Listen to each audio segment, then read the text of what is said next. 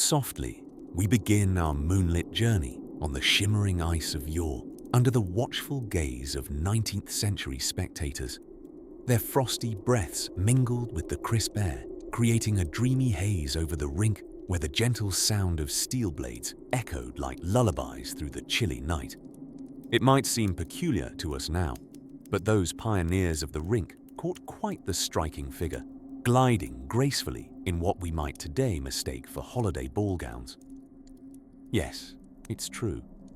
Women once competed in the Olympics wearing dresses with enough fabric to upholster a Victorian sitting room. You see, in an era when the whalebone corset was as vital to an outfit as a pair of skates, the concept of sportswear was spectacularly different to our modern eyes. Swan-like ladies of the ice, swaddled in layers of wool and petticoats, were not just battling their competitors, but waging a secret war against frostbite and gravity itself, all in the name of grace and technique. As the story goes, figure skating weaved its elegant way into the Olympics at the dawn of the 20th century, well before daring leaps and dizzying spins were invented, let alone standardized. Back then, a gentle waltz or a soulful glide had the power to arrest hearts and claim medals. Spins and jumps were, after all, a little risky when your skirt's expanse could double as a small yurt. Speaking of bold attire, the gentlemen skaters of the time also didn't have it easy. Tailcoats and top hats were as plentiful as the snowflakes falling around them. A wardrobe choice less about aerodynamics and more about maintaining one's dignity while potentially toppling onto the ice. Skating was nothing if not a theatrical affair, blending the art of balance with the considerable art of not tumbling over one's sartorial splendor. Imagine, if you will, a young and enthusiastic skater attempting anything more aggressive than a gentle twirl. The skirts would puff and sway like regal jellyfish, making their own dance atop the frozen stage. Any attempt at a jump invited chaos, a tangled waltz with doom, and the gentle insistence of gravity. And yet, somehow, it all worked. Delightful as it sounds, these competitions were not the realm of parody or mere spectacle. No, they were serious affairs judged with the same piercing scrutiny as a Michelangelo fresco. Judges kept their eyes fixed on the elegance of form, the serenity of glides, which skaters executed with an air of effortless grace, even while wrestling with several yards of fabric and fashion sensibilities of a bygone era. Our heroines of the rink buried their disdain for chilled noses and heavy hems beneath smiles as untouched as fresh frost. There was poetry in every swish, and drama in each sweeping gesture, as they traced delicate patterns upon the blank canvas of ice. Each made their own version of serene beauty, long before skaters were defying physics with soaring triple jumps. In this twilight of spectacular dress and nimble courage, there lay the seeds for what skating would ultimately become. But in this gentle chapter of history, we see a world wrapped snugly in charm and challenge, where every spin was a testament to both artistry and the ability to carry significant dead weight. Now, as our reverie of skirts and skates softens into the quietude of night, I invite you to drift softly along with these tales from another time. If these stories help you drift off, please subscribe to the channel. It would mean the world to me. And before you fully fade into dreamland, I would love to know where you're listening from and what time it is there. Feel the gentle tug of anticipation for the tales yet to come, of the silent heroes and pivotal moments that slowly transformed the canvas of ice into the kinetic masterpiece it is today. Let your imagination sway gently with the rhythm of their skates as you glide silently into sleep, dreaming of the untold stories skating gracefully ahead. As dawn broke over the crisp winter landscape of Oslo in the roaring 1920s, one could almost hear the gentle swoosh of wool skirts brushing over ice. Yes, dear listeners, we find ourselves at the early days of women's figure skating, where glitz and sequins were merely figments of a future imagination. Back then, the ice rink was graced by women adorned in dresses that weighed almost as much as their skates, garments that would make any modern performance look like a scene from The Fast and the Furious on ice. Picture it. Before the days of aerodynamic spandex and scores based on the exact number of rotations performed without inhaling, women glided elegantly in gowns so heavy, lifting an arm required at least a week's worth of hearty oatmeal. These frocks were not just any frocks, no. They came with layers, yards and yards of fabric that would keep anyone warm in any inclement weather, doubling as both attire and a small portable shelter should one get caught in a snowstorm after a grand spectacle. In this chilly chapter of yore, a young lady named Sonia Haney, who was to later become a skating legend, waltzed onto the icy stage. Little did she know, her petite frame would carry the day when, one fateful afternoon, she pushed the boundaries of both physics and fashion by shedding a few superfluous petticoats.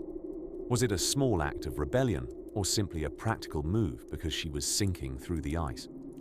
We'll leave that to the historians who choose to debate such fiery topics over their genteel cups of chamomile tea. The early years of figure skating were a true test of fortitude. Skaters had to brave not only the elements, but also the constraints of modesty. Imagine trying to execute a simple spin with what felt like an overly persistent anvil of decorum hanging around your legs. Yet, these courageous women ventured onward, crafting a sport that would gradually evolve from graceful gliding to gravity-defying leaps, pirouettes, and eventually, the daring triple jumps. The artful twirls and dainty hops were not marred by the vast quantities of fabric. In true pioneering spirit, the skaters harnessed their creativity, using their heavy skirts to enhance their grace, making the garments seem as light as their pirouetting bodies. If one was to observe closely, each skirt swirl was akin to a swan taking flight, albeit a rather well-covered one. Now, as we soften our focus and look past the twinkle of the 1924 Winter Olympics, which proudly introduced women's figure skating to the global audience, we are reminded of the charming clash between style and practicality. The dresses, after all, were not solely for show. The layers served as a safeguard against the chills of an outdoor rink, where audiences bundled in woolen garments cheered from the stands, each puff of breath visible in the frosty air like tiny clouds of encouragement. With every glide, there was an artistry to the weighty decisions these women made. Literally. And there was humor, too, in the occasional slip as a trailing hem caught mischievously on a skate blade. It was a time when stamina was measured by much more than simply staying upright. It was about juggling elegance and endurance in equal measure. The ladies of the ice didn't just perform. They composed lyrical sonnets with every move, each stitch of their heavy skirts a testament to their determination. And so, with a gentle nod, we transition away from the snowy rinks of Norway and toward another epoch, where the threads of historical humor continue to weave a tapestry of stories that soothe us into the realms of dreams. Just beyond the horizon lies a tale filled with innovation, passion, and the unshakable belief that comfort might yet conquer corsetry. And so, the saga whispers on. As we continue to glide across the ice of our story, let's imagine ourselves landing softly in the early days of the 20th century.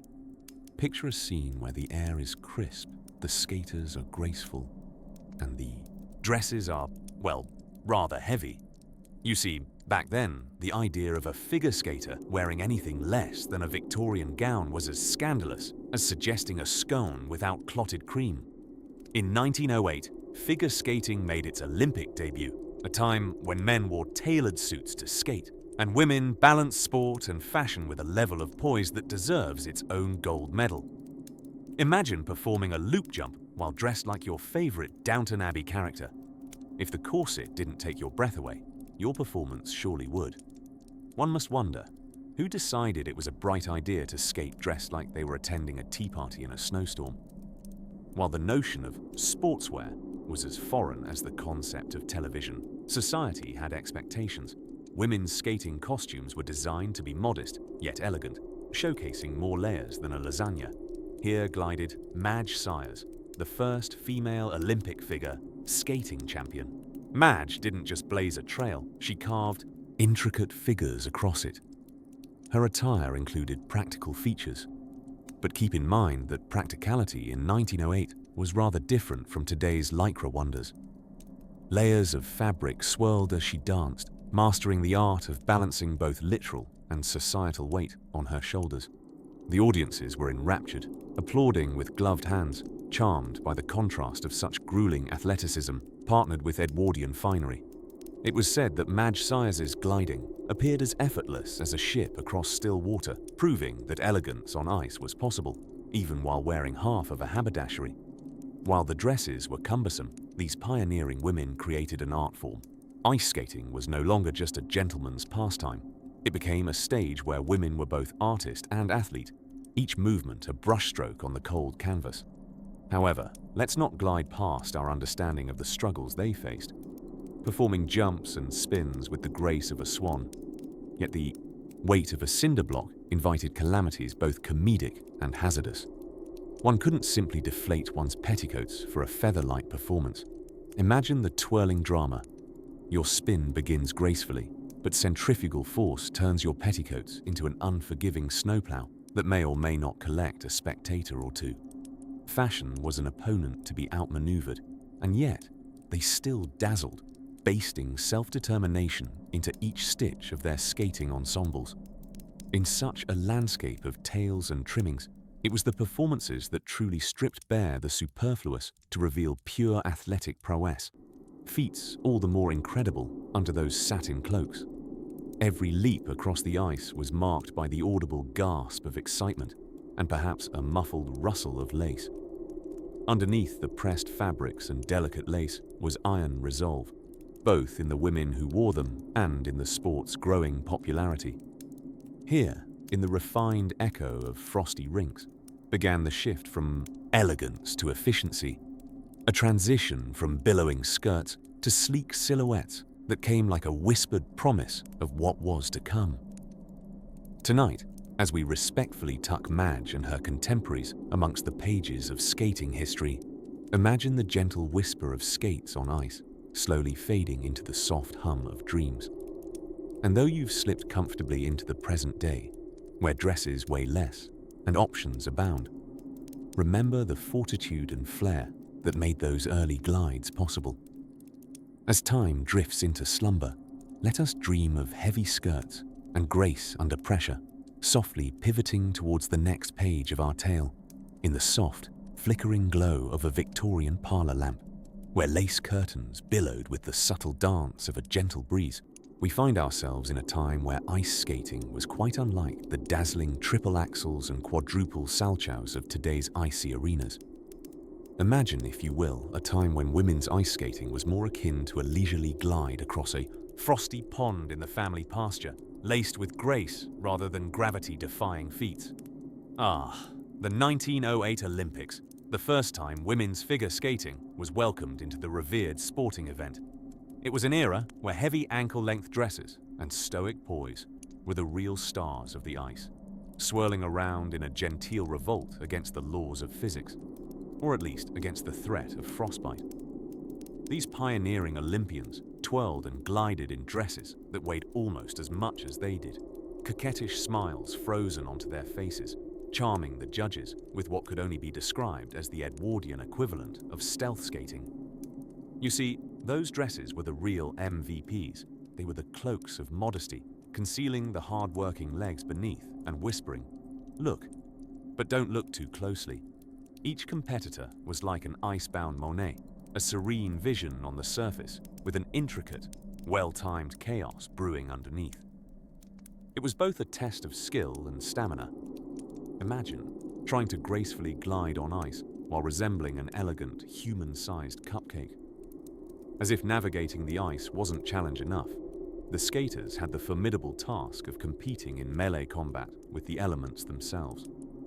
The winter chill whispered conspiracy into the folds of those thick woolen and velvet garments, enticing them to commit small acts of rebellion, like trying to trip their wearer or deciding to spontaneously freeze solid mid-routine.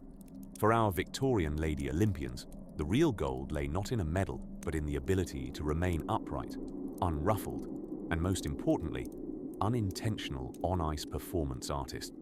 While their male counterparts leapt and spun with relative sartorial freedom, the women painted elegant figures, or what might more charitably be called organized loops, their dresses sweeping the ice like a Zamboni of elegance. Let's not forget the hats. Oh, those hats, the crowning flourish, because what is Victorian fashion without a top-heavy, gravity-defying edifice perched precariously above one's meticulously coiled coiffure? A well-executed hat wobble might have even been worth extra points, a testament to the skater's balance and grace. One might cheekily ponder whether the ban on revealing ankles served as an incentive to minimize falling.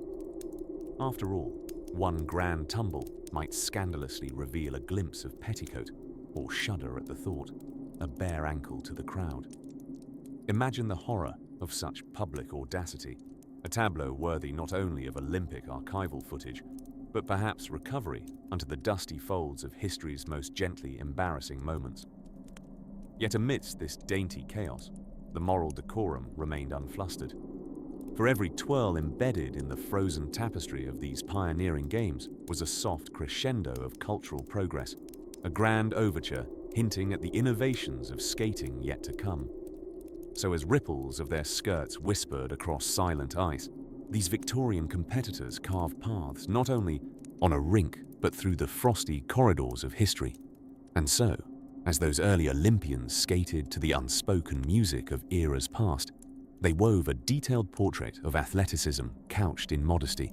Each glacial sweep of their skirts asked a question, gently posed, echoing through time itself. Can elegance and athleticism dance together in harmony? As we'll soon discover, the ice was yet to see the daring evolution from gentle curves to dizzying spins, from the whisper of a skirt to the slicing sound of a high-speed blade meeting the rink. Gliding towards that transition, let us take a moment of repose before delving deeper into the frozen chapters that arose from this era of elegance and whispering hems. Picture it. A frosty winter's night somewhere in the late 19th century. The moon is as full and round as an overstuffed Victorian tea cake, bathing the lake in a pale, silvery light. Beneath this casual celestial spotlight, a figure glides gracefully on a frozen pond. This, dear, restful listener, is where we find ourselves landing. A time when women yet embrace the full and weighted splendor of skirts with more petticoats than today's standard IKEA showroom has confusion. Imagine Betty, an aspiring young athlete poised at the edge of the ice, an embodiment of Victorian elegance from bonnet to boot. Her once rosy cheeks now possessed a harsh shade that could only be achieved by a forceful collision with chilly air. Betty, like many women of her time, had aspirations to compete in the fancy artistic footwork of figure skating. In the absence of the triple axels and quads that define the domain of modern skating, these ladies focused on something far more glamorous: graceful gliding, intricate spins, and performing, of course, all the while elegantly draped in layers of heavy fabric. It was a time when balance meant something entirely different. Forget soaring through the air. Instead, keep your bonnet tied securely while elegantly securing your footing. It was what might now be skillfully termed as staying juxtaposed. Fashion and flourish. That was their mantra. Indeed, Victorian fashion had a way of demanding one's attention before the skill dared to make its appearance known. Gazed upon by a gaggle of bemused geese that never did quite get skating, Betty and her compatriots executed graceful, synchronized circuits amongst the ice, far removed from the technical acrobatics, but leagues ahead in sartorial splendor.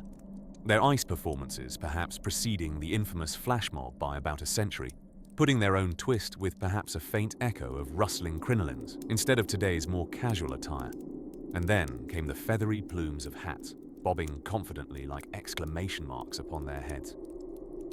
You see, these women matched their skates to their side saddle riding skills, each turn a delicate curtsy, each glide a whispering glide as if they'd borrowed the grace of swans. They were essentially more Renaissance, oil painting than bipedal human, gliding across a canvas of ice. What's more, the spectators who braved the chilly spectator gallery were indeed the true athletes.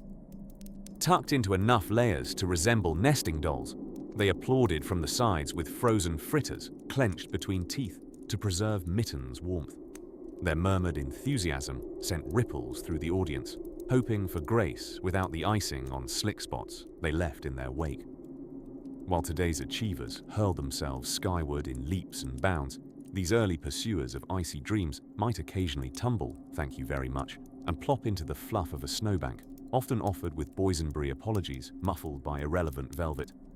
A dramatic spill, and the rink would hold its breath before the lady catapulted to her feet, brimming with the aplomb of one who's perhaps stumbled into a fictional, imposing beau.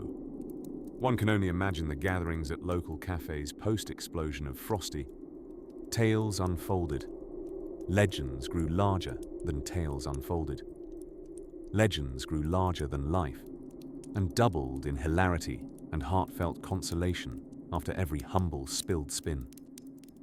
As the wintry night eased into the stillness and moon-washed quietude once more, Betty skated her final, delicate arabesque, a testament to the burgeoning spirit of women with ice in their veins, and skirts weighing them down. They pirouetted into icy dreams with a warmth that no amount of snowballs could chill.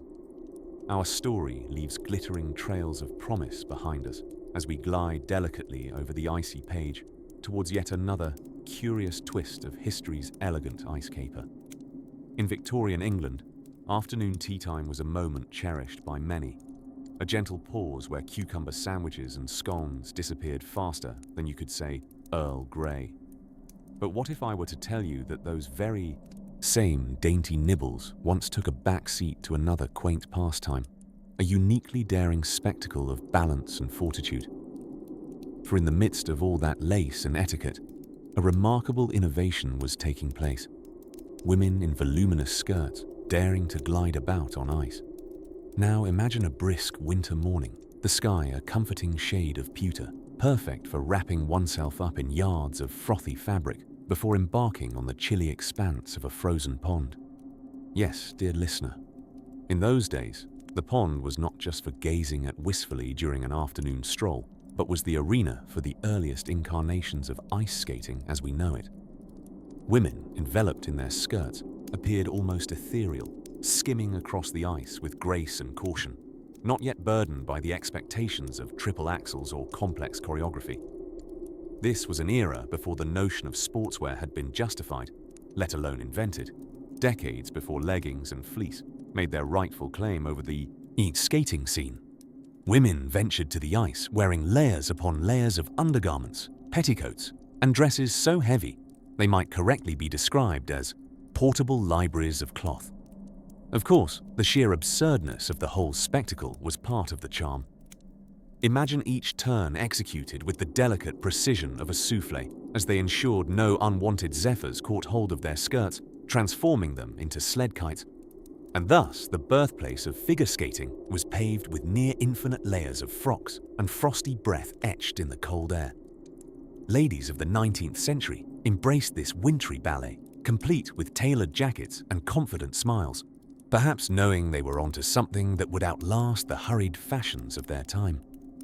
Not to be outdone by the more restrained European ancestors, American women soon caught on to the ice trend, taking to frozen lakes with an unrestrained enthusiasm that only New World confidence could bring. It was the New Year's Day of 1850, and while men struck Victorian poses awaiting their partners glide by, the women themselves carved swooping arabesques into ice with their own slice of history. Skating in a formal gown required a resilience, both sturdy of thread and spirit. Your average Victorian mademoiselle saw skating as both an opportunity and a challenge, an adventurous waltz with Mother Nature, albeit one made with cautious yet persistent steps. Of course, every great enterprise has its luminaries. Perhaps the most famous skating siren of the time was Norwegian-born Sonja Henie, but let's not gallop ahead too quickly in time.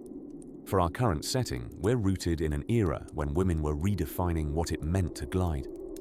It was all-encompassing, the swish of silk, the crunch of ice, and beneath it all, the gentle thud of a rebellious new heart, eager to make its mark with every pass upon the frozen canvas.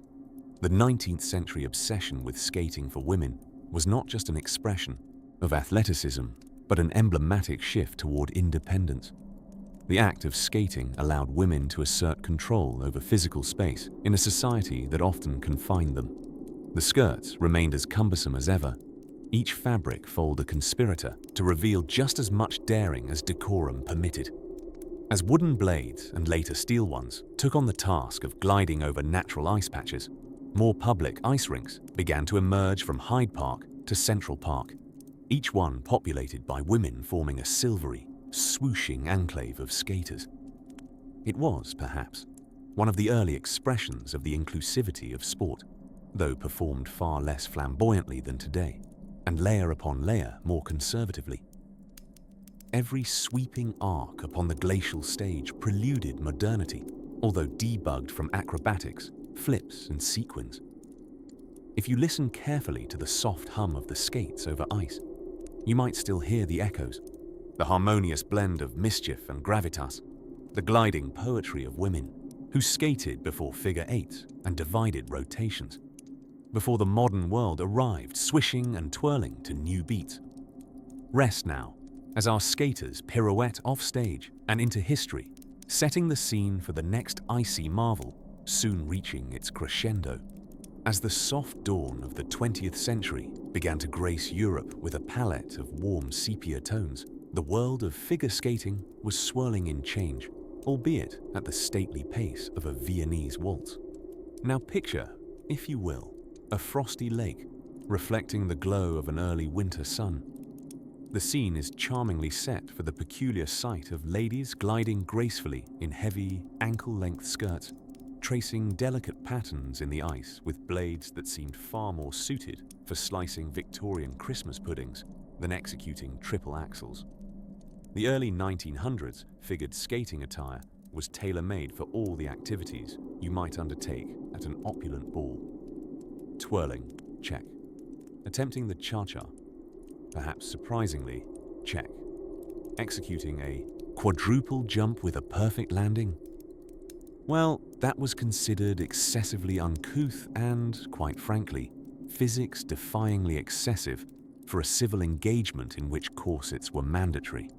It was more about how majestically you could turn a circle, because everyone knows that to impress your fellow skaters, and, let's face it, the odd, curious squirrel, nothing is more breathtaking than a perfectly executed figure eight that maintains a splendid sense of occasion.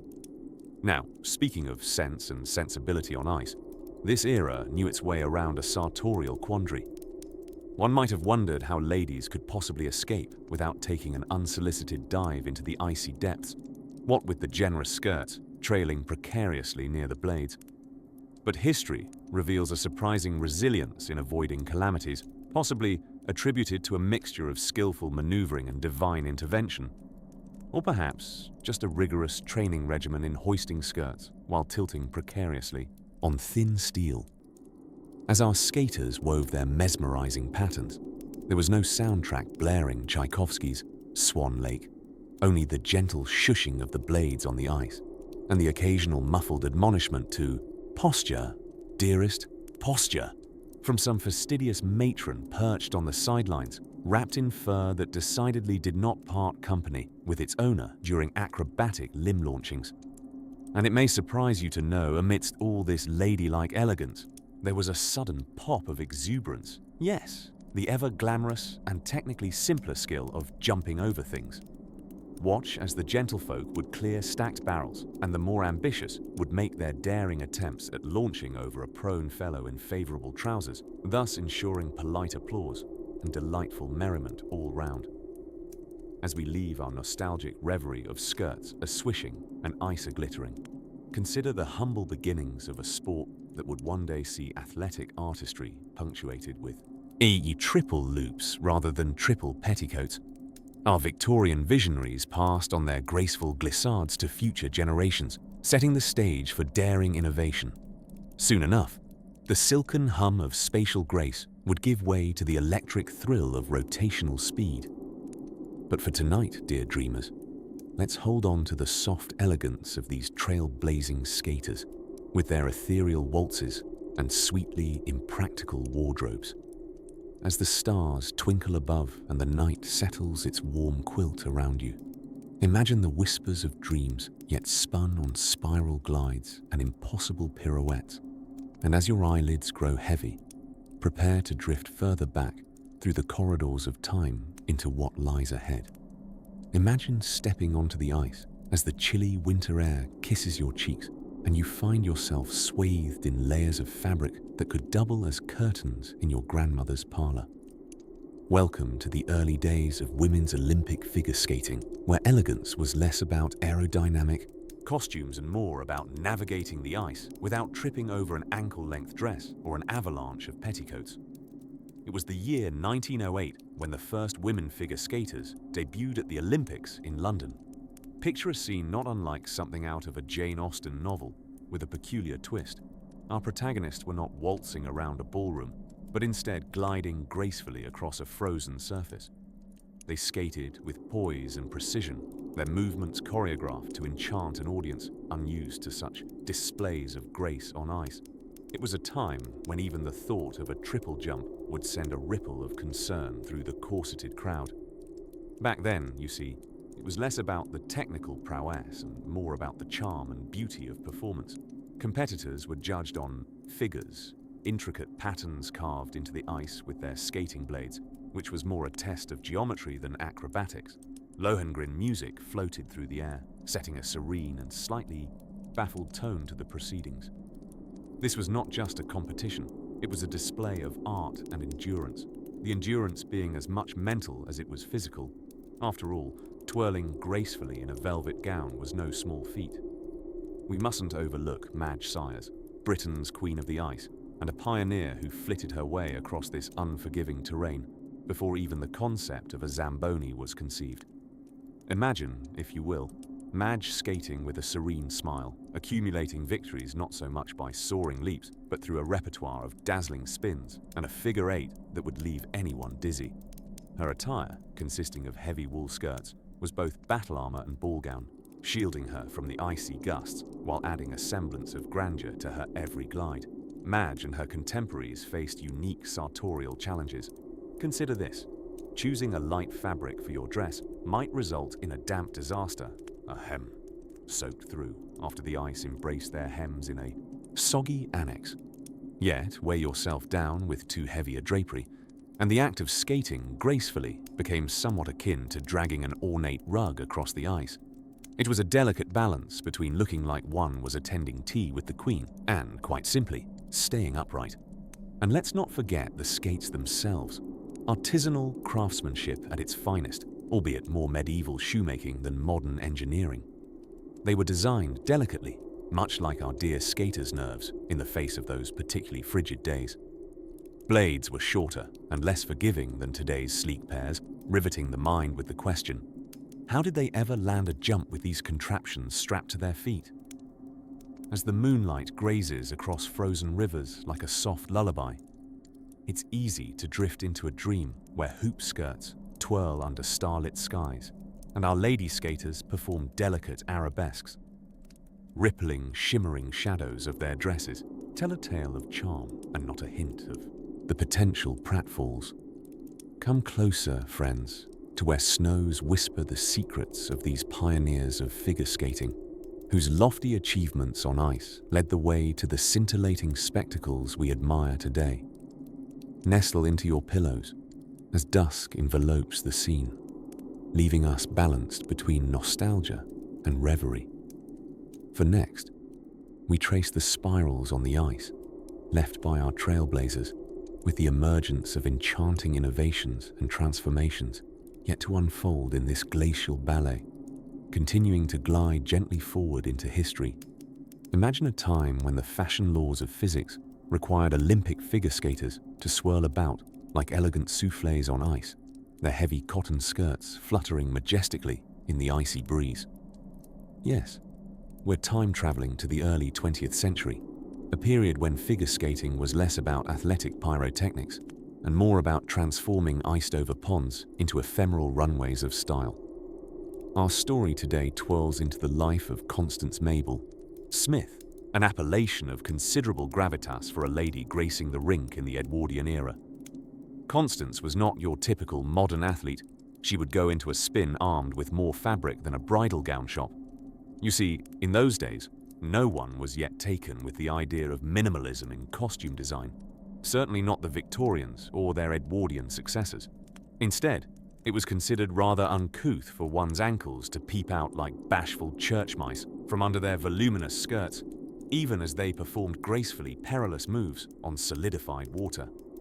One snowy morning, as Constance contemplated the day's practice, she was joined by her fellow skaters, all equally weighed down by the demands of fashion. They were a devoted troupe known colloquially as the Petticoat Gliders. Their synchronized skating routine was more famous for its orchestral rustling than its jumps and spins.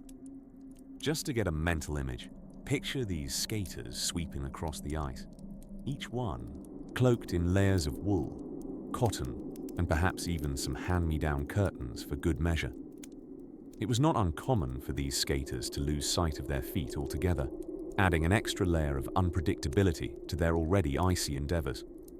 And as much as these outfits might have resembled airbags that were deployed mid-performance, they had a certain charm, like moving art installations swaying gently in the winter melodies played by a rusted nearby gramophone. Skating at that time wasn't about executing the perfect axel or triple salcho. In fact, triple jumps hadn't yet graced the icy theatre. Instead, skaters focused on moves like the English thrust, a sedate maneuver sounding more like a cheeky literary innuendo, and the half-circle horripilation, which seemed calculated more to woo spectators with its alliterative prowess than its athletic challenge. The emphasis was on dainty moves and exquisite balance, rather than the airborne acclaim of modern competitions. The goal was to write poetry on ice, not compose a frenetic drum solo. Constance, despite, or perhaps because of, her restrictions, was resourceful. She knew how to make her outfit work for her. Indeed, the abundant fabric had an advantage. It made for an excellent cushion.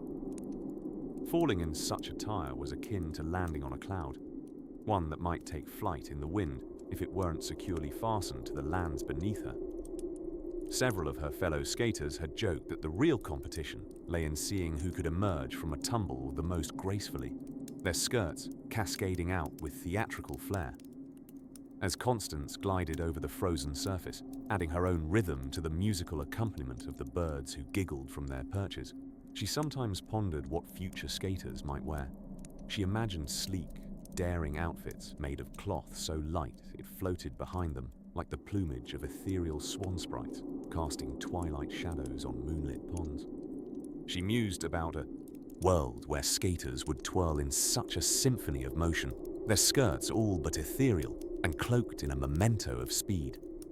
In those tranquil hours of reflection, Constance never suspected her name would one day be whispered by historians and bedtime narrators alike, or that her odd choice of dress would provide both warmth and humor to those savoring the calm descent into slumber. And now, dear listener, as you snuggle deeper into your own timeless cocoon, let the gentle rustling of woolen petticoats lull your senses. Drift softly, whispering into that serene space where elegant dream keepsakes dance in slow motion, awaiting the tales yet to spin their yarns across the ice of history. As the snowflakes drifted lazily down over the frost-kissed ice rinks of yore, women glided gracefully across the frozen spectacle, enveloped in layers of fabric that could rival the inventory of a small textile mill. You see, in the nascent days of women's Olympic figure skating, there was an apparent abundance of creativity in the domain of attire, but an unquestionable scarcity when it came to the liberty of movement. Imagine trying to perform a waltz jump while entwined in enough fabric to upholster a modest-sized chateau. Now that, dear listener, is what one might call an unparalleled athletic feat, or the setup to an upper-class tea party. Historians look back with equal parts admiration and amusement at these steely women, who were the unsung muses of endurance, gliding through history and heavy silk skirts. Elvira Serpell, a diminutive Swedish skater of the time, was known for cutting a perfect figure eight while simultaneously achieving the feat of smuggling a full tea service underneath her ensemble. This might be a wild exaggeration, but what's history without a pinch of imagination sprinkled on top like powdered snow? The reason behind these elaborate frocks was not merely a fashion statement, it was an intricate dance with societal expectations. Society had not yet imagined athletes as beings of competence and grace, but rather as figures of demure elegance, pirouetting in stately garments as if their lives were just one interminable garden party. The reality, however, was slightly more shivering and sweat-inducing. Picture the scene. It's mid-January, a time when the air bites you twice before dessert, and there you are, wrapped not for warmth but for decorum. While your male counterparts dashed about in streamlined garments that left nothing to imagination except room to breathe, you wore a battle dress of satin and lace. The very sound of your skates hitting the ice was somewhat soft, like the whisper of a winter chill. Yet the rustle of your skirts circumnavigating your heroic figure could be heard all the way to the warming house. And yet, oh how they managed. The dress may have been the armor, but the heart beneath it sang with the artistry and skill that our modern-day athletes admire. Despite the suffocatingly tight corsets and skirts heavy enough to work as resistance training, these pioneering women leaped, twirled, and skated their way into Olympic history and straight into our dreams. The narrative took quite a turn when, close at hand, the suffragettes began to make enough noise to disrupt even the deepest hibernation, demanding the right to vote and breathe freely. It was only a matter of time before the spirit of revolution also brought about a little common sense, sprinkling itself liberally on the otherwise coldly conservative sport. Eventually, sanity took the form of lighter costumes that reflected more of the athletic prowess and less of the Victorian ball. And look at us now. Synthetic fabrics and aerodynamic designs have not only righted the balance, they've cartwheeled straight into the hearts of the modern Olympiad. Thank goodness for the leap of fashion faith that initially seemed as improbable as double axels performed in vintage gowns. Thus ends our gentle glide through the annals of early women's figure skating wardrobe mishaps. These pioneers skated over ice, and even more symbolic waters, with grace and tenacity unmatched by the wearers of spandex and sequins today. Soon, we'll glide forward toward another corner of history, exploring how innovations in sports and society happened one deliberate step, or perhaps one unexpected stumble, at a time. For now, breathe deeply and let the echoes of skating past twirl and whisper you softly onward into the dream-filled night. Imagine, if you will, a crisp winter morning long before the age of figure skating fashion flair. Picture it. Skaters gliding across frozen expanses, their shadows long in the early morning sunlight. But lo and behold, these aren't just any icebound figures. They're women dressed in enough fabric to upholster a Victorian parlor, spinning on the ice like elegantly clad tops from a bygone era. In the late 19th and early 20th centuries, when triple jumps were as unthinkable as talking lobsters, women took to the ice not in the streamlined, sequined outfits we see flash before our eyes during today's Olympic spectacles, but in heavy, floor-length dresses. It's a wonder they could perform any jumps at all without becoming airborne, what with all that fabric billowing in the breeze like a ship attempting to unfurl its sails. At the time, women participating in figure skating were expected to maintain decorum and a certain level of modesty. Gontran de Montenac, a notable skating attire critic of his time, who perhaps invented the role for himself, was once purported to have quipped, "If one can't perform a proper camel spin whilst dressed as an actual camel, one mightn't belong on the ice at all." The exact level of truth to this quote remains as nebulous as an Olympic judge's scoring rubric. Regardless, the pressure to spin and twist while dressed like a curtained window was intrinsic to the era. We can all give thanks to the evolution of athletic attire and social expectations. History does not mention the winner of the Great Ice Dress Escape, Because, quite frankly, if you got caught inside that many layers, you'd need more than a simple lutz to break free. Yet, these women learned to jump, albeit with a gravity-defying mix of poise and poofy petticoats. Consider our fictional heroine, Lady Petunia Swizzlebottom, a spirited but somewhat uncoordinated skater known for her dramatic flares about the ice. Often the recipient of gasps from the audience, initially for her unexpectedly bold maneuvers, if not entirely professional, Lady Swizzlebottom had the habit of inventing new moves involuntarily, as her oversized attire made sticking the landing as probable as finding a snowman in a sauna. In truth, fashion was much more durable in those days. It's rumored that a skater's dress once doubled as a portable tent when her traveling party got waylaid by circumstances as capricious as a winter storm or a sumptuously long tea. Oh, the tales that were told around those ice campfires, the perennial hope being that they'd spot the mystical, lesser-spotted featherstep, a bird purportedly only seen during a truly spectacular wipeout. Perhaps non-surprisingly, on certain particularly icy occasions, buttons and brooches were transformed into makeshift tools to help regain balance or to dig one out of unfortunate snow piles. Don't underestimate a fully flared, fantastically feathered hat either. They say such a hat could store everything from a pound of hairpins to a handy spot of baking soda for touch-ups. And though these women might have flurried around the ice like overdressed snowflakes, possibly plotting an escape with each glissade, their contributions to the artistry of skating are unmatched. These courageous trailblazers of the rink are the unsung heroics behind those sleek lines we have today, as their lengthy and lightly cumbersome legacy gave way to the glitzy pandemic of sequins and lycra. The sport Ike transformed, evolving into the high-flying acrobatics and sparkle-laden shows we thrillingly enjoy today. And who knows, maybe somewhere, beneath all that shimmer, there's a little nod to their brave ancestors who showed us ice can be danced upon, even with all the sartorial encumbrance of an entire Victorian wardrobe trailing behind. Now, isn't it time to glide peacefully into our own dreams, where skirts defy gravity and double axles are as easy as counting sheep tumbling over icy fences?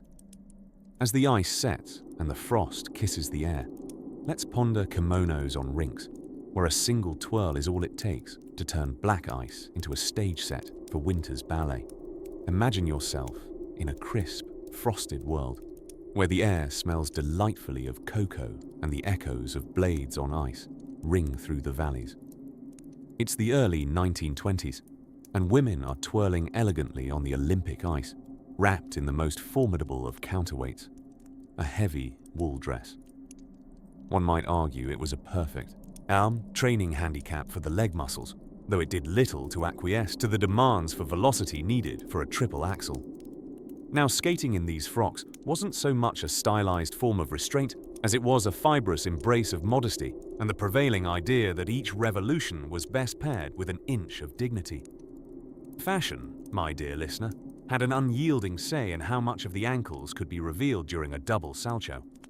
Just imagine the solemn discussions over how many inches of petticoat would peek out during a spin, all deliberated under the solemn candlelight of the International Skating Union meetings. These dresses, plenty in heft and fortitude, were not much for aerodynamics, but they did offer a certain gravitas, if you will. And speaking of gravitas, it took quite the choreographed maneuver just to avoid skating over one's own dress hem, potentially leaving behind a fabric trail reminiscent of a breadcrumb path winding around the rink. But let us address the conundrum at skate. Why the seconds of lost airtime? Why did the flyaway business of physics seem to be dozing off when women skaters chose gallantly to leap? Certainly, physics could have used a bit more caffeine in the early 20th century. The lady skater's partner in flight was weight. Lots of layered woolen weight. Skaters weren't just testing the capabilities of their muscles, but also the tensile strength of their gowns. Each time a skater took off, there was a minor wager as to whether she'd return to Earth triumphant or swaddled in wool, like an impromptu outdoor blanket. One can't help but extend a patronizing nod to the bygone fashion editors of the time, who no doubt eased themselves into high-back armchairs while flipping newspaper pages headlined, "Skater, despite dress, nearly completes double spin. Ah, a near victory, certainly worthy of a celebration of one extra sugar cube in the tea. Now imagine those valiant attempts at a simple jump landing. There was nothing simple about it. To lift off successfully was a triumph akin to flying a hot air balloon using only birthday candles. Whether or not the flight would end unscheduled was both adventure and opportunity.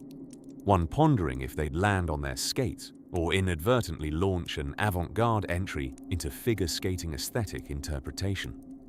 Hearty applause to the fans, those bundled in grey scarves, who believed that every flowing hem had a poetic tenor of its own. Each swirling glide became an unintentional kaleidoscope of colours against nature's ice canvas, making every skid more a fresco than a fiasco. With each press of blade to ice, the women were painting history, albeit woolly and somewhat weight-laden, one pirouette at a time.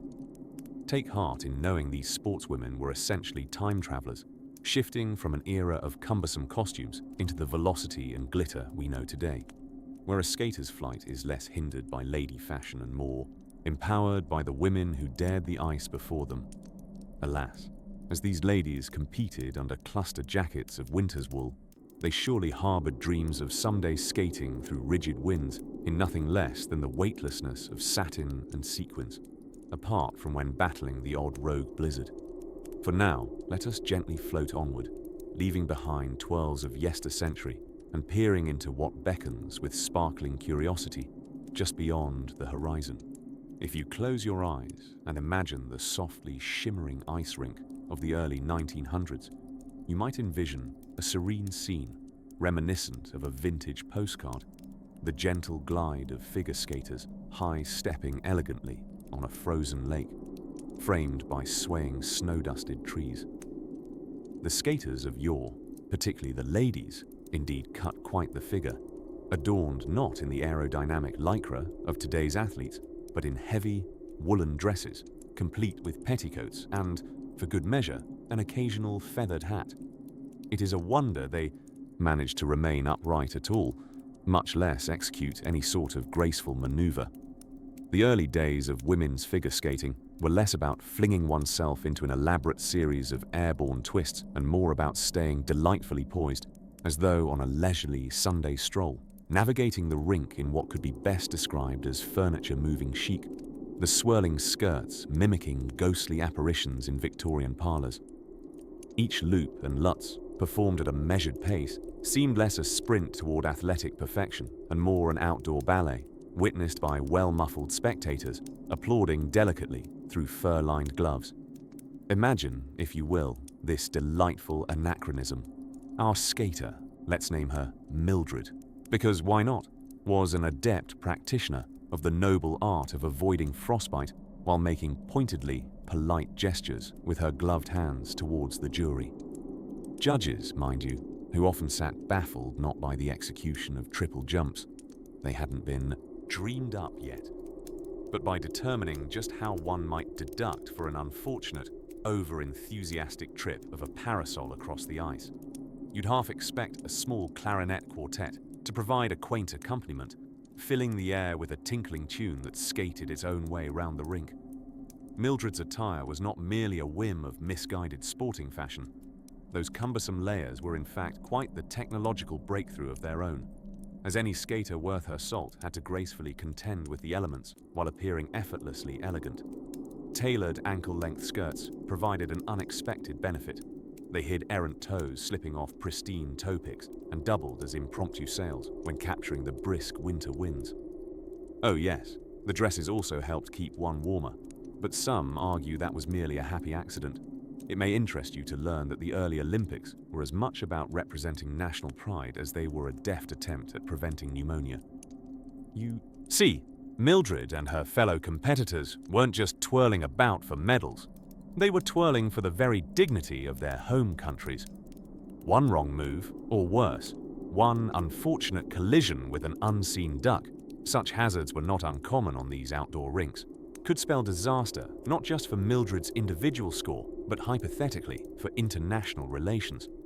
Naturally, this idea has been rather exaggerated by historians.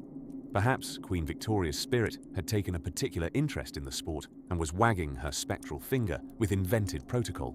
Pick up your hem and don't you dare nick a goose. Beneath the quirky fashions and quaint customs lay a burgeoning appreciation for the art of skating. For the people diligently watching from the inevitably chilly sidelines, Mildred and her companions were courageously contributing to a sport in its infancy. A sport that required not just balance but a certain willingness to laugh off mishaps, because a few giggles were likely the only genuine warmth the spectators could hope for in the midst of the icy competitions. Ruffled skirts and layered petticoats aside, these pioneers of ice dancing absolutely set the stage for the dazzling spectacles we witness today. Each drift and glide left an imprint in time, not just on the snowy rink, but on the hearts of those who came to drink in the beauty of it all, bearing witness to the birth of a delicate balance between artistry and athleticism. As you drift deeper into slumber, picture Mildred and her sisterhood of graceful firsts carving their place in history, each careful step forward an integral layer that would set the foundation for future generations.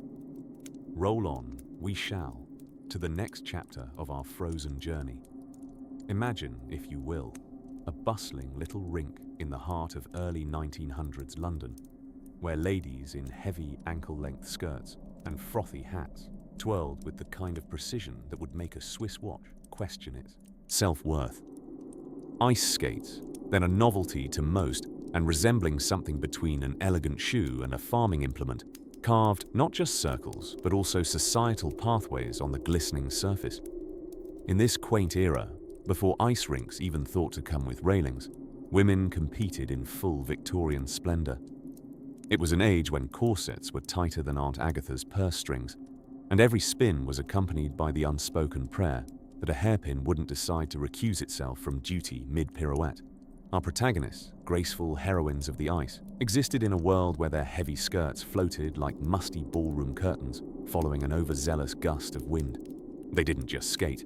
They carefully navigated the fine line between elegance and potential fabric disaster, a challenge that modern-day figure skaters are blissfully unaware of. One must appreciate the skill involved in executing a perfect glide whilst balancing the weight of enough fabric to drive a respectable haberdashery to applause. It was almost as if they were not just competing for Olympic gold, but also vying for the prestigious title of, most likely, to repurpose a dress as a stylish parachute. To add an additional layer of complexity, the Olympic skating events were often held in natural outdoor settings, never quite designed for something as delicate as the fineries of competition. Picture an opulent ice gown taking its owner not gracefully across the rink, but rather leading her into the flirtatious embrace of a mischievous snowdrift. No dramatic triple jumps or jaw-dropping spins were on the bill. These daring dancers were there to balance an art born from ballroom elegance and the structured rigidity of the era. And yet, even amidst these challenges, there was something almost magical about watching those heavy skirts cascade, turning simple strides into ballroom waltzes on ice. At times, it appeared as though they weren't so much skating as they were leisurely, strolling through a living painting where each movement swirled the oil paints freshly dabbed by an ambidextrous muse with a flair for grandeur. Their companions on this frozen stage, the gentlemen, often attended attired with a stiff demeanor befitting a meeting with Queen Victoria's ghost herself.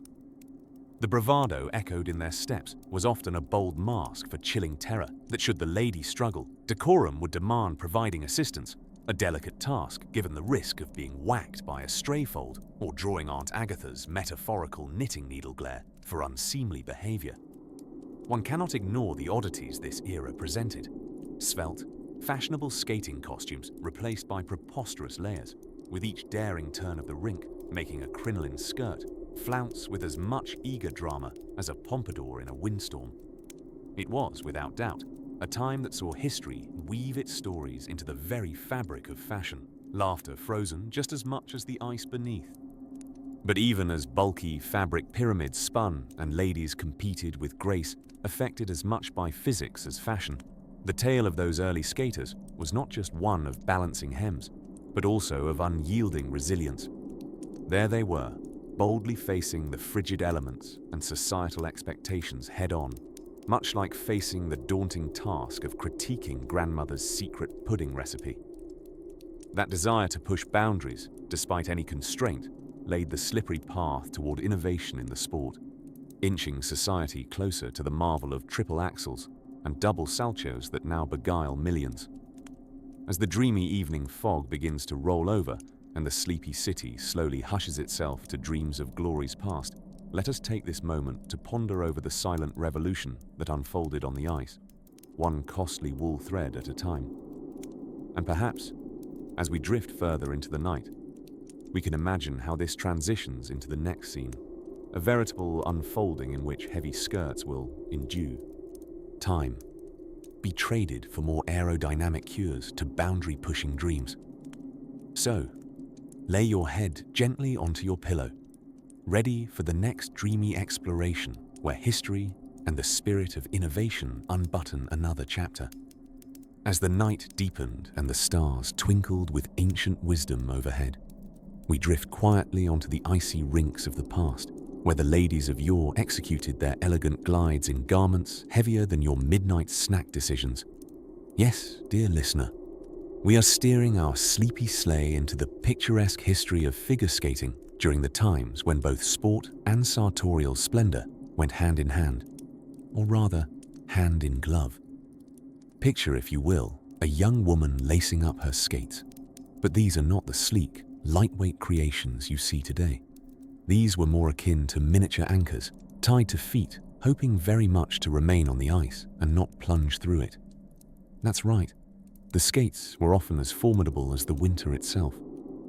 The courageous skater, perhaps named something charmingly old-fashioned like Beatrice or Constance, would then approach center ice, layered in wool skirts, bodices, and hats adorned with feathers tall enough to tickle the underside of passing clouds. Why the heavy dresses, you whisper in your mind's eye?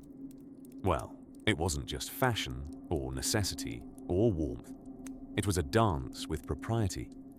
You see, before the triumphs of sartorial engineering led to the sleeker costumes we know today, ladies' skating was as much about showing poise under pressure as it was about hyperventilation in wool.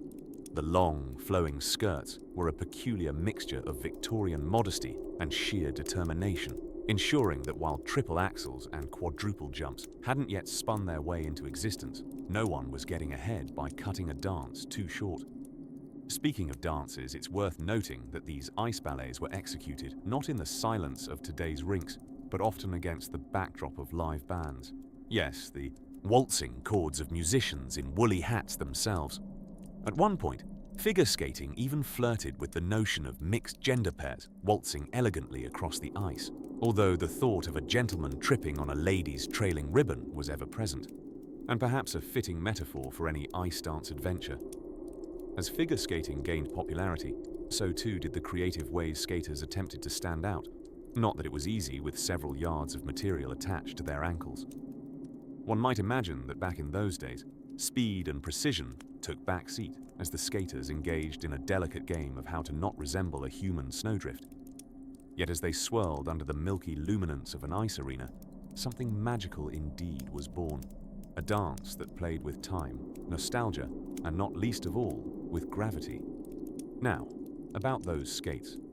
The first designs were quite literally made from animal bones strapped to the foot, which didn't offer quite the aerodynamic precision one might hope for. But as ingenuity danced hand in hand with necessity, skates evolved from bone to wood, then to iron and steel. Skaters of Beatrice's time would have marveled at a modern Zamboni, and indeed, anything that smoothed the way without worry of being poked by an errant piece of bone fragment. On the topic of surprises, one cannot overlook the riddle of how these ladies not only skated, but sometimes leapt, as much as ballast and clothing allowed.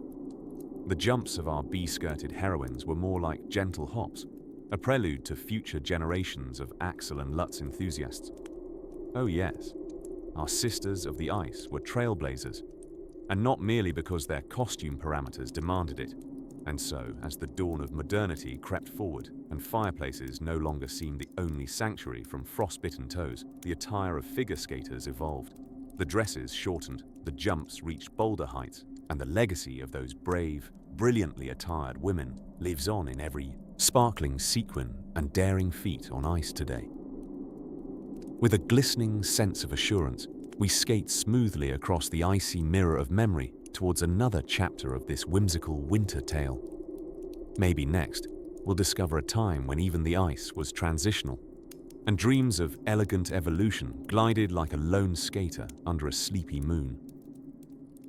In the peaceful realm of early 20th century winter sports, the skaters' attire spoke volumes even when their mouths didn't, mostly due to the exuberant layers that muffled any attempts to speak. Among these boldly bundled athletes was a visionary few who decided that gliding on ice, while cloaked in flowing fabric, worthy of a Shakespearean heroine, was not just sensible, it was the pinnacle of fashion and function intertwined. Women's figure skating was all about elegance, and staying warm enough to avoid turning blue. Imagine, if you will, bell-shaped skirts cascading down to the ankles like waterfalls of wool and lace, catching the occasional frosty gust. These dresses were as ridiculous as they were magnificent, although one suspects these skaters felt less amazement and more a sense of imminent carpet sweeping during vigorous spins. The Olympic Games in their early iterations were thrilling fairs of athleticism, spirit, and, let's face it, a touch of madness that only comes when determined people insist on performing jumps and spins while draped in fabric heavy enough to double as a parachute. In this peculiar period, the idea of adding complexity to routines was frowned upon by unnecessary factors such as physics or safety. Triple jumps, for instance, were still a glimmer in some silver skatewear designer's eye. The real trick was how to perform even a humble single axel without the hem of your dress, becoming overly familiar with your noggin. Yet sometimes, the whimsy of attire begat unexpected triumphs. There's a delicious story of Madeline Twinkletoes Smithfield, not her given nickname, of course, but rather one she's acquired posthumously in the archives of light-hearted skater memory. She was rumored to possess the uncanny ability to make any heavy gown flutter as if spun from gossamer, occasionally involving feats such as impromptu wind sprints when a particularly frosty breeze caught the hem. To add to the charm, these women glided across the ice under conditions that might be generously described as variable. Open-air rinks meant that athletes performed in the whimsical company of the raw elements, where an unexpected flurry of snowflakes could alter the day's victor, or perhaps even turn a grand pirouette into a daring maneuver better suited to a circus act. The fact that these robust outdoor arenas had ice that occasionally cracked or created small, sneaky hillocks added a delightful unpredictability. Want an extra challenge with your double salchow? Throw in a natural ice wave. Nothing hones your reflexes like the possibility of coasting directly into a frost-ridden abyss. This sartorial saga didn't just symbolize the boundaries of fashion meeting sport. It pointed to a determined evolution in spirit. These women skaters, draped head to ankle in luxurious practicality, were intent on etching their frosty marks into Olympic history. The juxtaposition of elegant restriction became a most unexpected harbinger of change. As year after year, hems rose, layers were shed, and the challenge of triple jumps loomed ever larger. Olympic skating evolved from its florally flourished nascence to something both tech-savvy and lightly aerodynamic, leaving the ponderous petticoats by the side of the rink. These changes bore more than just the passage of time. They were the whispers of dreams taking flight, on wings of skates and icy gusts of laughter. As our story glimmers to a pause, let's keep the echo of those merry skates in mind. Who knows what historical heartstrings they'll next twirl us around like the lace-frilled laces of a lovingly worn boot. Close your eyes on this thought, softly cooling the warmth of your covers, ready for yet another gentle leap in history's expansive blanket. Here we are, gliding into Chapter 17, much like the graceful swoop of a figure skater across a century-old pond. Picture, if you will, a dazzling arena back in the early days of the Winter Olympics, before the sparkle of sequins and spandex dared to enter the scene. Instead, skaters were wrapped in layers of warm wool and heavy skirts that rivaled the tail end of a bridal gown in their glorious length and weight. In this era, it was not uncommon for women to compete in floor-length dresses that transformed each triple salchow attempt into a delightful tornado of fabric. Imagine attempting a jump with the weight of an overstuffed duvet wrapped around you. One moment you're airborne, the next you've gone from an Olympic hopeful to the star of a Victorian comedy sketch. It's the stuff dreams are made of, if those dreams also include heavy doses of slapstick. The initial absence of high-flying spinning tricks we now associate with figure skating wasn't just by choice or fashionable encumbrance. It was also a matter of practicality and propriety. You see, the earliest female figure skaters were performing not just for scores, but as performers in a silent narrative of grace and elegance. The idea of launching oneself into a frenzy of rotations would have been scandalously avant-garde, not to mention a liability with all that extra fabric. Step onto the frosty stage with a front-row ticket to the late 19th century, where resilient women carved delicate lace patterns into the ice. Imagine them spinning slowly and gracefully, like wind-up ballerinas, swooning under caroling applause. The audience, an eclectic mix of the impressed and the arm-crossed skeptics, would nod approvingly from beneath the rims of bowler hats and fur-lined coats, sipping mulled wine or perhaps something toasty from a flask aptly hidden in a tailored vest. Our dazzling dames were less concerned with speed and more focused on the elaborate and emotive storytelling conveyed through their style. Inventing characters and plots through each glide, they created on-ice opera, without the convenient cadence or, in this case, the singing. Though the choreography was more subtle, each tuck and twirl had depth, like an eloquent passage in the frozen poetry of performance. Skating was less about points for technical merit and more about the elegance you could emanate through the art of the scenic swoosh.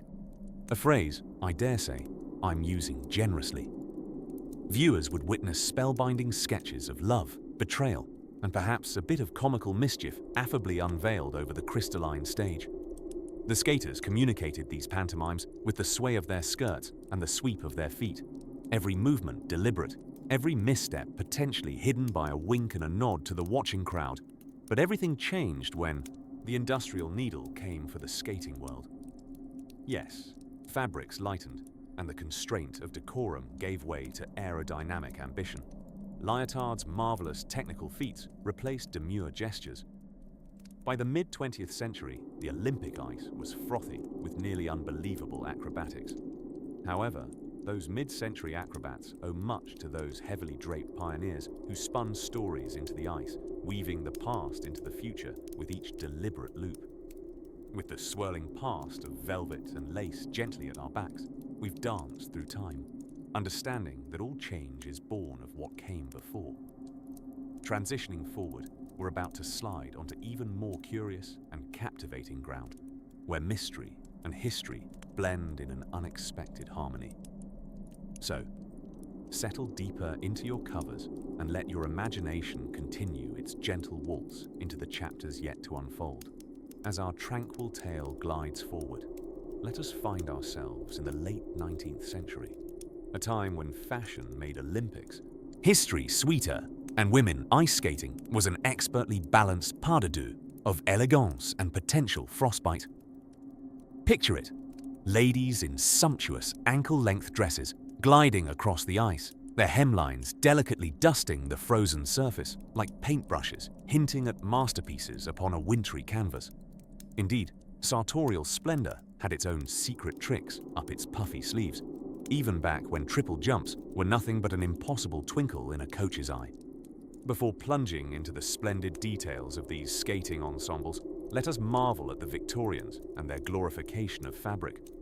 They loved layers more than a lasagna-loving Garfield ever could. When women took to the rink, it wasn't just their ability to twirl that left audiences gasping, it was their ability to remain upright at all, cocooned as they were in enough fabric to clothe a moderate Hamlet. The dresses, you see, were truly extraordinary. Made from rich, heavy materials like velvet and wool, they seemed better suited for a drawing room than a skating rink. But in their defense, these frocks did serve a few crucial purposes. They kept the skaters warm in the frigid air, sometimes provided enough resistance to slow a fall, and, if needed, had enough fabric to discreetly swipe away tears of both glory and occasional embarrassment. Of course, designing a skating dress was an art all its own. It required a balance between practicality and a desire to impress judges who, at the time, might have encouraged effortless grace with a side of genteel modesty. Each swoosh of fabric aimed to create an icy symphony of form and fluidity, bringing to mind not so much elegance and ease as a swan attempting to debut in a ballet while fully aware that it is, in fact, a duck. Now, these early competitions were laden with heavy expectations, quite literally, and the advent of multicolored skirts was revolutionary. It was a groundbreaking moment when hues other than black and white slipped onto the ice, much like a fashion rebel penguin, championing its vibrant coat amongst a waddle of monochrome piers. Colors like forest greens and deep blues defied the traditional palette, ever so subtly hinting at rebellion amidst the snowflakes.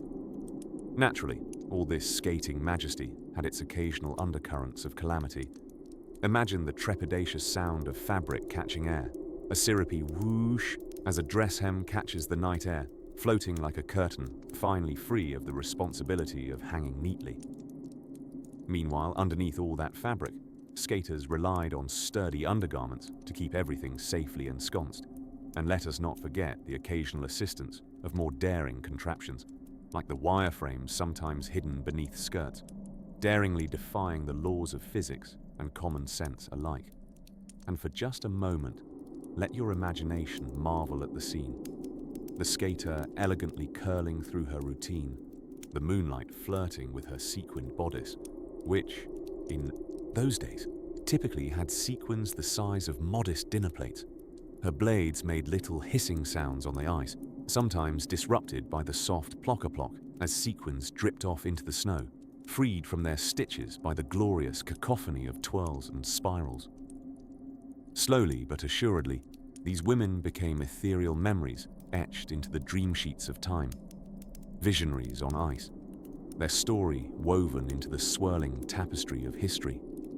The magic of their performance whispered to the world that maybe, just maybe, a girl's place was wherever her skates could take her, and perhaps in a slightly lighter dress next time. And so, with frocks fluttering and history floating gently behind, we find ourselves lulled into that gentle space between wakefulness and dreams, eagerly whirling toward the next act of this tenderly sketched tale. As the moonlight shimmered like a silver skate blade across a frozen pond, let's take a graceful spin into the world of 1920s figure skating. Picture a time when portable radios were the height of technology, flappers were flapping, and figure skaters did their best not to trip over the hem of their oversized skirts. Ah yes, the days when women's Olympic skating was less about the triple axel and more about elegant glides and elaborate skirts that could double as small parachutes in case of a particularly enthusiastic jump. The Winter Olympics of 1924 marked the very first time figure skating was included in the Games. Back then, female skaters weren't just athletes. They were masters of the sartorial arts, carefully balancing on blades while swathed in flowing gowns that weighed more than most of today's carry-on luggage. Imagine trying to maintain your posture while a skirt, practically its own chaperone, draped around your ankles. This was a time before spandex, when sequins had yet to rule, and when ruffles were more than just decorative flair. They were practically another competitor on the ice. Sonja Henie, the Norwegian skating prodigy, was just starting to make her mark in these early Olympic adventures, albeit with a few less frills and a tad more frostbite, given the available apparel options. At 12 years old and donning what was considered a more practical costume for the ice, Henie might not have clinched the gold that year, but she did pave the way for a wardrobe revolution. It was her spunky charms, combined with a modernized, shorter skirt, hovering just above her knees, that eventually led to evolutions in both skating technique and attire. In those nascent days of figure skating, jumps were less about height and rotation than they were about simply landing after what could only be described as a very elegant hop. Judges were less concerned with how many times a skater could whirl like a washing machine on the fritz, and more about whether they could maintain a stately gracefulness and avoid tangling themselves in their own outfits. But it wasn't just about the clothes. skaters tackled the sounds of their time as plainly as they embraced the frozen serenades beneath their feet. Imagine gliding to the sweeping Brahms or the lively tunes of Johann Strauss, with music filling the crisp air like a comforting embrace for those whose accompaniments were a mere wind-up away. There were no obscured to perfection pop remixes to twirl to, just the idyllic echo of classical melodies. The costumes and calmer choreography of the era mirrored a time when things moved a tad bit slower. Spectators marveled not just at the performances, but at the transformation of the ice rink into a fantastical display of grace, skill, and occasionally unpredictable aerodynamics when skirts took the spotlight. By the time the 1930s rolled around, the fashion of figure skating had started to thaw out, allowing skaters a bit more freedom to move, jump, and express their personal flair. However, the genteel charm of those early female skaters, with their feathers and bows, still plays a nostalgic melody in the annals of skating history, like a sweet lullaby floating across a frozen twilight. So as the crackle of the ice echoes back to us, let's tuck this tale of skirts and skates beneath our warm covers, allowing these charming competitors of a simpler time to dance nostalgically on the stage of our dreams. Let the gentle sounds of yesteryear soothe us as we drift toward deeper slumber, prepared to embrace yet another dreamy escapade in the pages of Olympic history. Picture this. It's the late 19th century, and the air is filled with the sound of leather skate boots softly gliding over frozen ponds. Women, in their voluminous dresses, are gracefully navigating the icy surfaces. Imagine the scene beneath a pale winter sun, with clouds so fluffy they look like they've been gently shaken out and left to dry on the sky's blue line. Yes, my dear listener, it's time to dive into the curious tale of how women once skated their way to Olympic glory in gowns that could double as parachutes. Now, if you're pondering the practicality of swishing around on ice in skirts that seem tailored more for a grand ball than an athletic endeavor, you're not alone. The designers of these heavy frocks likely never anticipated their creations being part of a fierce competition. Yet, the women in these sporting events wore them with the composed elegance of swans on a winter lake. These were not just garments. They were an exercise in managing expectations and maintaining dignity on ice, particularly when said ice sometimes cracked dramatically under a stylish twirl. Back in those chilly days, the Olympic Games were an entirely different spectacle compared to today's glitz, sweat, and sequins. Established norms dictated that ladies must perform with utmost decorum, their attire a reflection of noble restraint rather than aerodynamic efficiency. There were no quadruple axels. Even the triple jump was just a twinkle in some future skater's eye. The focus was on artistry, grace, and the mysterious technique of not toppling over while encumbered by yards and yards of fabric. In the 1908 London Games, figure skating made its grand Olympic entrance. Nestled among traditional sports like tug-of-war, yes, that used to be an Olympic event too, though, thankfully, not on ice. This new inclusion swiftly carved out its path to becoming a winter wonderland favorite. It was here that women displayed dazzling moves, delicate spins and fluid glides performed with a finesse that could rival a ballet dancer's pirouette, all while making peace with the whims of gravity and Victorian fashion constraints. The sport was less about executing bold athletic marvels and more about delivering a picturesque litany of graceful movements. Behind the scenes, there was as much drama as one might expect from an episode of one's favorite costume drama. For these skaters, each competition was a meticulous choreography, balancing the weighed more than a few small dogs, which weighed more than a few small dogs, which, if you've ever considered skating with one, you'd understand the complexity involved. As a listener, nodding off in the comfort of your bed, you may wonder about their motivations.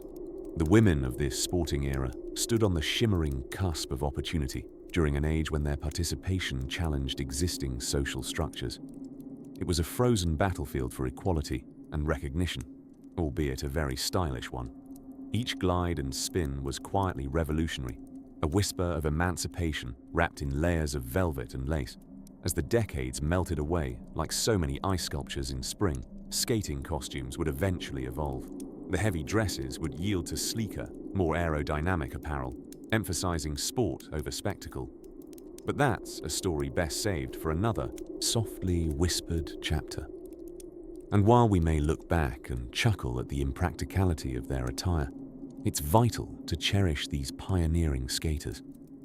They danced their way into Olympic history, making ripples in the frosty waters of time. Now, as the soft hum of history lulls you deeper into dreamland, remember the bravery swirled into those daring pirouettes amongst the snowflakes. With your mind wrapped snugly in the warmth of curiosity, let that scene of glittering ice and swirling dresses gently fade, paving the way for dreams of gentle glides and swan-like elegance. In the lull of a glacial winter's night, the icy expanse of history unfurls like a warm, safe cocoon of invisibility cloaks. One such expanse featured elegantly clad women spinning with delicate determination across the shimmering surfaces of frozen stadiums. It was a time before the internet could remind them in seconds of their every misstep, when Olympic dresses were made to baffle not just gravity, but logic. Air, too. Imagine, if you will, the dainty chaos of the 1908 Summer Olympics in London. Yes, the Summer Olympics. Perhaps the organizers were adhering to the philosophy of, if you want to skate on a thin edge, do it where there's no snow. These were the debut days of figure skating at this particular sunny slice of the Olympics, perhaps providing brisk relief from the relentless optimism of track and field events. Skaters took to the ice while the rest of the world was busy sunbathing. For the women, this meant gliding in costumes as heavy as their wooden skate blades. It's as if their seamstresses were given a strict directive to segment the weather into a dress, a billowing tempest of fabric that could easily double as a quilt during sluggish train rides home. Melancholy masterpieces of fashion they were, with hemlines that waved a longer goodbye than a Downton Abbey season finale. These dresses had a magical charm, for even as their wearers were weighed down, they pirouetted, proudly, like planetary bodies defying their cosmic costumes. Layers upon layers of fabric managed what gravity couldn't, keeping a lady grounded and occasionally artistically entwined in her own textile merry-go-round. Yet, beneath all this, a story wove its way through each performance. You see, early 20th century murals often depicted these skaters with faces of stoic gracefulness, focused so intently you could imagine they were simultaneously solving intricate puzzles of diplomacy while perfecting their salcho. A jump named after a Swedish skater who, in his own time, thought landing one jump consecutively was perfectly prestigious enough. The irony of triple jumps and quads invading future generations might have sent sartorial shockwaves rippling through these woolens. After all, even attempting such audacity during this era might have required sewing in some performance-enhancing springs or, at the very least, adopting a liberally sprinkled Panama hat fashion for imbalance. Of course, the commentators of the day had it easy, perhaps too easy.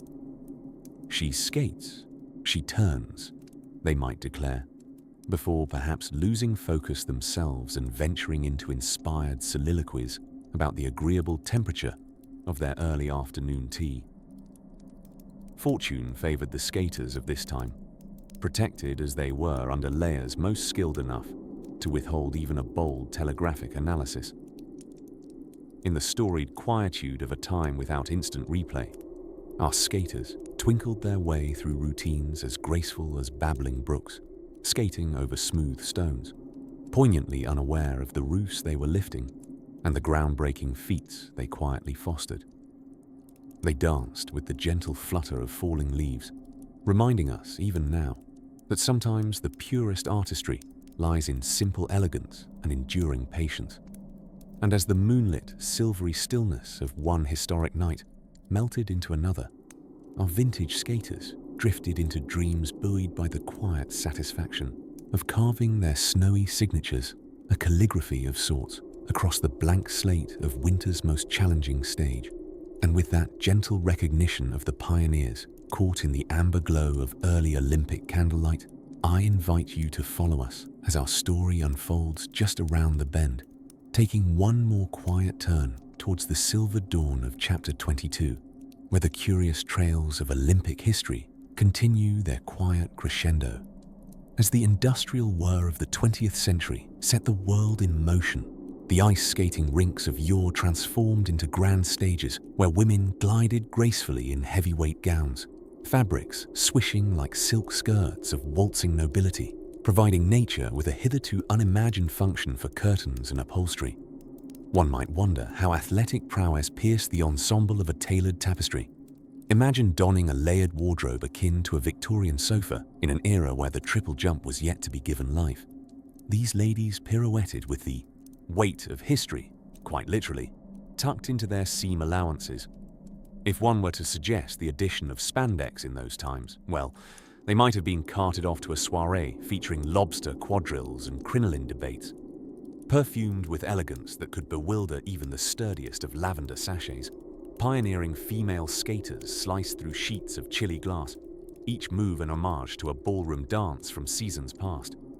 Their skates were ceaselessly polished, their movements a seamless blend of artistry and gentle defiance against the restrictive corsetry of the day.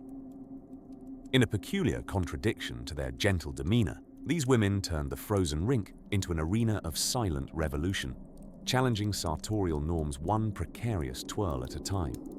In the midst of this snowy symphony, Madge Sayers pirouetted into prominence, a British dynamo whose finesse glided beneath the radar of her male counterparts for longer than one can chortle discreetly behind a fan.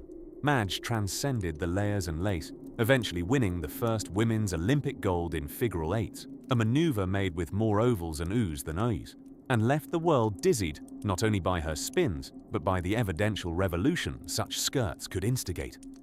Contrary to today's snug spandex wonders, these ladies embraced the chill of their environment, cushioning their tumbles with the floor-length frocks of decorum.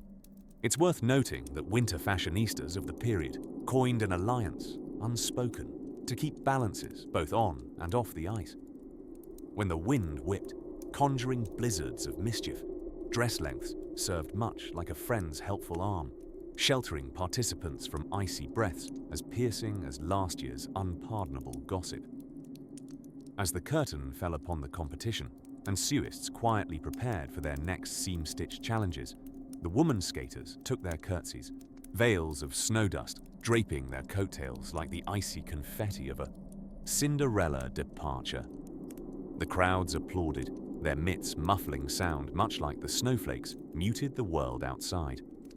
Therefore, with every revolution in their routines, women skaters of yesteryear were more than just athletes. They dared the rim of change with each skate-worn crease. Amid such crafted poise were whispers of freedom, humble insurrections cloaked in damask designed for the double axle of societal expectations. By no means were their sacrifices superficial. They laid lace-lined foundations for future frosty freedoms, a tale befitting the whimsical echoes of the night you are about to enfold within your dreams. Now, as you snuggle deeper into your blankets, imagine the cool kiss of the ice underfoot and the sequined breeze weaving through timeless threads. Rest assuredly, for our fleeting sojourn through the annals of figured history meanders onward, with more stories tucked beneath our pillows and told amid the hush of nightfall. In the fleeting twilight of the early 20th century, our tale unravels in the frost-kissed rink of bygone Olympic yesteryears, a world so quaint that one might imagine it sketched in sepia tones. The albums of history teem with images of women skating gracefully, each encased in voluminous dresses that could double as Victorian-era upholstery. But what these dresses lacked in aerodynamic efficiency, they certainly made up for in sheer comedic elegance. Picture a young woman, Letitia, the lone skater, a spirited pioneer of the triple, not-yet-invented jump. Draped in layers upon layers of fabricated determination and fabric equally formidable, Letitia was undeterred by the constraints of her attire. After all, what's a little taffeta and tulle when the frosty breath of history calls upon you? It was a discipline in its own right, one that prioritized balancing an ancestral milieu of lace and societal expectations over any hypothetical triple axel. The modesty of the era dictated an Olympic ensemble more appropriate for a luxurious picnic than a sporting event. But oh, how they twirled. One could argue that the gowns themselves were a fourth participant in these chilly dances, creating a whirl of textiles like a soft-focused dream sequence from a Victorian drama. Layers of underskirts spoke in a whisper of agency, while corseted bodices emphasized that the path to liberation need not forsake a respectable silhouette. These dresses, however, were not without their conspiracies against their wearers. Imagine navigating a rink with enough fabric flowing around you to craft sails for a modest fleet. It was akin to being a captain, both of vehicles nautical and fashionable, lacking only a compass and a stern first mate. Though, if you squinted hard enough through the swirling snowflakes, you might have mistook an audience member for a disapproving first mate, shaking their head at the immodesty of an exposed ankle. The elegant entanglement of cloth and duty produced unintentional slapstick moments worthy of any silent film.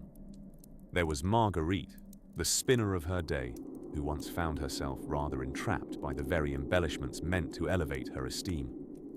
As she executed an ambitious spin, her gown became something of an over-enthusiastic partner, wrapping about her legs with an overzealous flair that turned her move into a delightfully unexpected pirouette of confusion. Spectators, jaws agog at the acrobatics, wondered if perhaps this too was part of the flamboyant figure skating routine, or merely an extraordinary feat of problem-solving in real time. Ceremoniously hidden beneath the frills, ankles moved like clockwork mechanisms, propelling women forward along their radiant winter canvas. It's worth pondering, in these moonlit reflections, when exactly triple jumps and quadruple rotations tapped the ice to beg for attention. Was it the gentle revolt of ankles, yearning for liberation from their frilly shackles? Or perhaps the imagination of some child, dreaming under a patchwork quilt, envisioning the sky-high arcs of future glory? This was a time when skating wasn't solely a contest of athletic veneration, but a tapestry of gentle endeavors that flirted with the absurdity of restrictive fashion. As these women skated circles into inclusion's history books, they penned unwritten odes to innovation with each daring glide and precarious leap.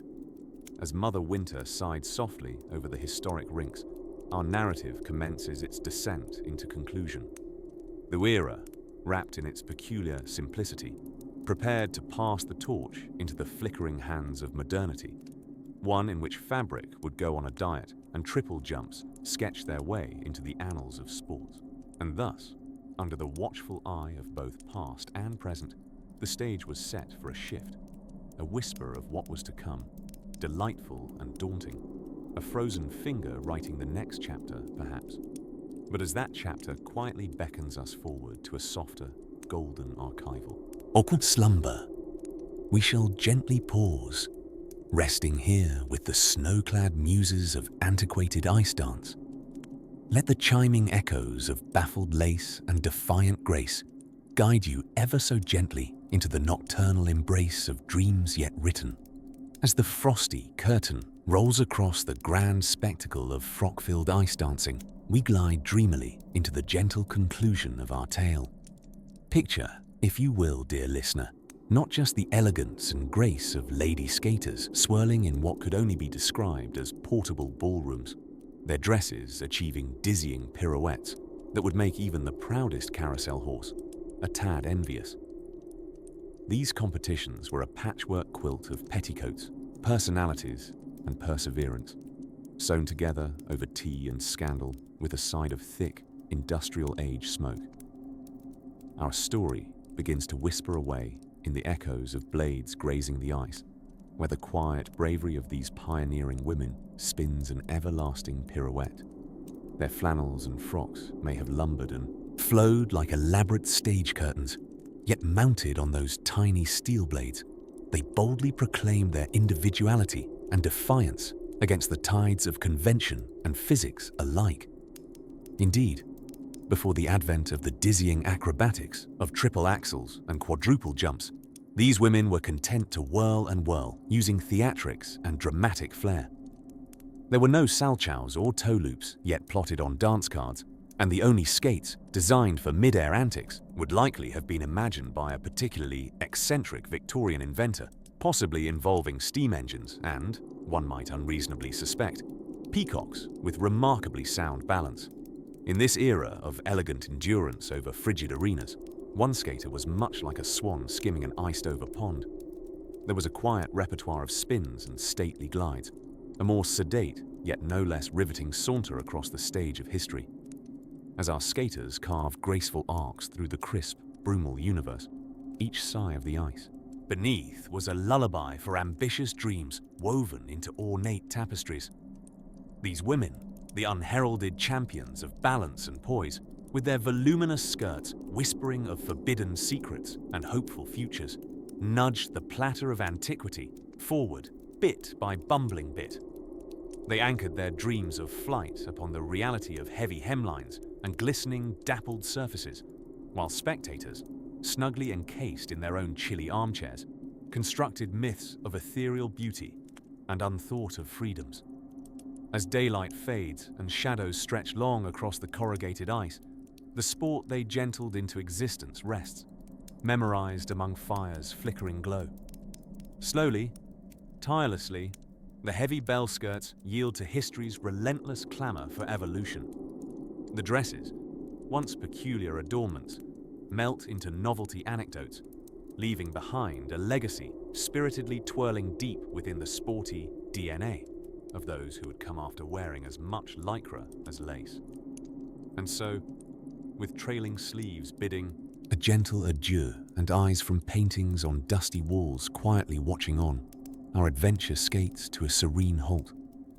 With the lingering brush of chilly air still crisp upon your dreams, allow yourself to drift to sleep, secure in the knowledge that trailblazers in lush skirts once raced across the celestial plain of frozen memories, eager, indomitable, and most certainly a little bit chilly. Curl beneath your blankets, cocoon from history's brisk breezes, and rest in knowing that stories, much like the skaters themselves, are timeless in their telling. For tomorrow's dreams are built grandly from yarn of yesteryear, a tapestry constructed by each skater's entwining artistry and ambition. Close your eyes, let the cool winds of change carry you gently into slumber, and thus concludes our embroidered tale, a story to warm your heart as eyelids swim in delightful descent, all icebound history weaving safely into the dreams of tomorrow. Good night, fellow traveler through frosty antiquity, and may peace fill your dreams like snowflakes on the gentle zephyrs of a midnight sky. Sleep now, for history has tucked you in.